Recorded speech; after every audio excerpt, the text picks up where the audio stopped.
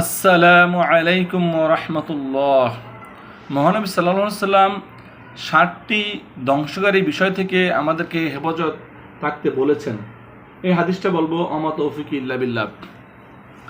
আবু হুরায়রা রাদিয়াল্লাহু তাআলা আনহু হতে বর্ণিত, তিনি বলেন, রাসূল সাল্লাল্লাহু আলাইহি সাল্লাম বলেছেন, 60টি ধ্বংসকারী বিষয় থেকে তোমরা বিরত থাকবে। সাহাবীরা বললেন, হে আল্লাহর রাসূল সাল্লাল্লাহু আলাইহি সাল্লাম, সেগুলো কি? তিনি বললেন, অর্থাৎ রাসূল সাল্লাল্লাহু আলাইহি সাল্লাম বললেন, আল্লাহর সঙ্গে শরিক করা, মানে শিরিক করা থেকে বিরত থাকবে, জাদু করা থেকে বিরত থাকবে, আল্লাহ তাআলা যাকে হত্যা করা হারাম করেছেন শরীয়ত সম্মত কারণ ব্যতি রেখে তাকে হত্যা করা থেকে বিরত থাকবে। 4 নাম্বার, সুদ খাওয়া থেকে বিরত থাকবে।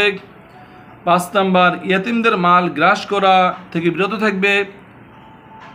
6 নাম্বার, খুবই ইম্পর্টেন্ট, যে রণক্ষেত্রে থেকে, যুদ্ধক্ষেত্রে থেকে পালিয়ে যাওয়া থেকে বিরত থাকবে।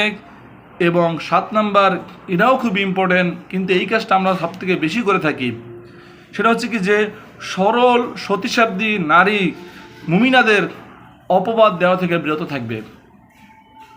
আমরা কোনো মুমিন নারীদের প্রতি অপবাদ দিব না, কোনোভাবেই তাদের অপবাদ দিব না। যদি কটাক্ষ প্রমাণ থাকে তাহলে ঠিক আছে, এছাড়া আমরা অপবাদ দিব না কোনো নারীর প্রতি। জেনে শুনে বুঝে তার প্রতি অপবাদ আরোপ করা ঠিক হবে না। মহান আল্লাহ তাআলা আমাদের এই 60টি যে 60টি ধ্বংসকারী বিষয়, এই 60টি ধ্বংসকারী বিষয় থেকে আমাদেরকে হেফাজত করুন। আমিন। আসসালামু আলাইকুম ওয়া রাহমাতুল্লাহি ওয়া বারাকাতুহু।